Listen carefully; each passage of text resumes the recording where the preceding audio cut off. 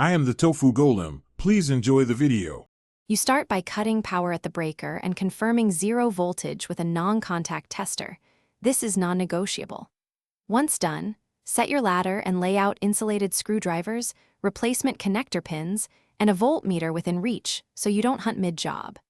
Remove the lamp module or cover gently and look for loose magnetic adapters, carbonized contacts, or debris lodged in the track. Don't waste time on general prep.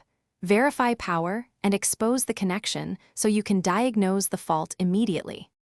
You now diagnose the electrical path. Probe continuity across the connector pins and the track rails. Intermittent readings or high resistance means corrosion or a bad connector.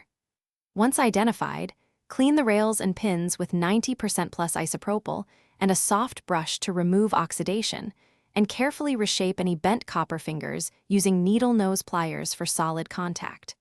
Replace worn magnetic adapters and reseat them, making sure the spring pressure is firm and the polarity orientation matches the track. You finish by reinstalling the module and securing any covers or screws, then restore power at the breaker and stand clear.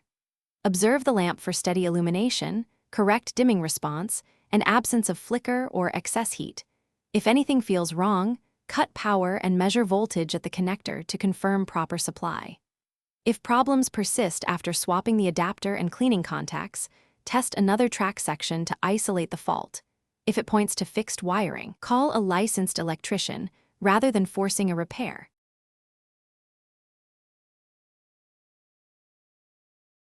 Thanks for watching. Consider subscribing if we helped you today.